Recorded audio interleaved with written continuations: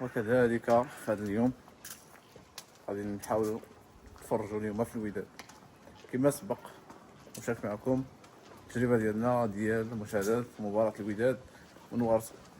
حنايا كاينين في الخارج بطبيعه الحال، حنايا في الطريق ديالنا للسونتر فيل بطبيعه الحال. علي راه ودادي وحاجه نورمال نمشيو ونتفرجوا في الوداد بطبيعه الحال. ما عرفناش واش القهاوي هنا ممكن ينقلوا الميتشان ولا لا، ولكن علاش لا نمشيو نتفرجوا نطلوا نشوفوا. كانت راه مزيان، ما كانش خابا ظنون هايز. كاين هنا كاين البيران وكاين القهاوي، غادي نشوفوا واش ممكن يدخلوا لنا المباراه ديال اليوم ولا لا. في اطار البحث المباراه تاع الحال باقا لها واحد نص ساعه ومازال ما كاينش شي، لكن صراحه باينين ديال البيران حتى فازت، ولكن مازال ما عرفناش واش ممكن المباراه تدخل ولا لا. تبعوا معنا اللفان وغتعرفوا واش اللي لقينا ولا ما لقيناش. المهم الاخوان صراحه درنا التعيينه ما لقيناش شي قهوه اللي ممكن دير الماتش.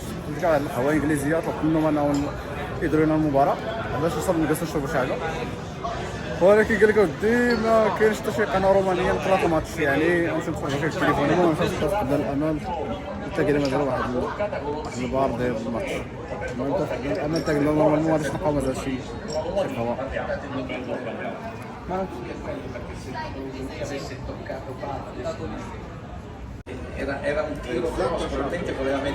راح اللعبة عندنا شويه ناقصين. تخيل الهدف الثاني المساهم الرئيسي فيه هو اللاعب ديال الوداد، هو واحد من المساهمين الرئيسيين في تسجيل البيت الثاني على الوداد.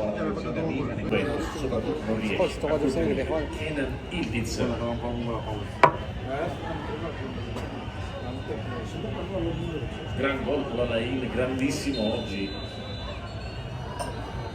Mentre Cambiaso va corto dopo il salto, perché potrebbe anche calciare, ma non ha un controllo felice e perde palla, me la parte. La ripartenza è illuminata Casablanca, ma si blocca subito su quel lavoro di Cambiaso, poi lotta Ildiz e poi Savona allontana la minaccia. Sul rimbalzo per Costa e Mufid, i numeri 2 in campo. Guarda il calcio di colore che non viene preso, poi lo tocca Calulu, Alberto non sta ancora, non si sa come andare al rimbalzo alto di testa perché è piccolino, mezzo fallo, poi mette una gran palla, bravo, bravo perché guarda, quindi ancora rimane ماتش اللفان نشوفوا باش غيتلا، واش بالتعادل واش بجوج لواحد ولا بثلاثة الجوج ولا. المهم حنا راه باقي كنتفرجوا في الماتش.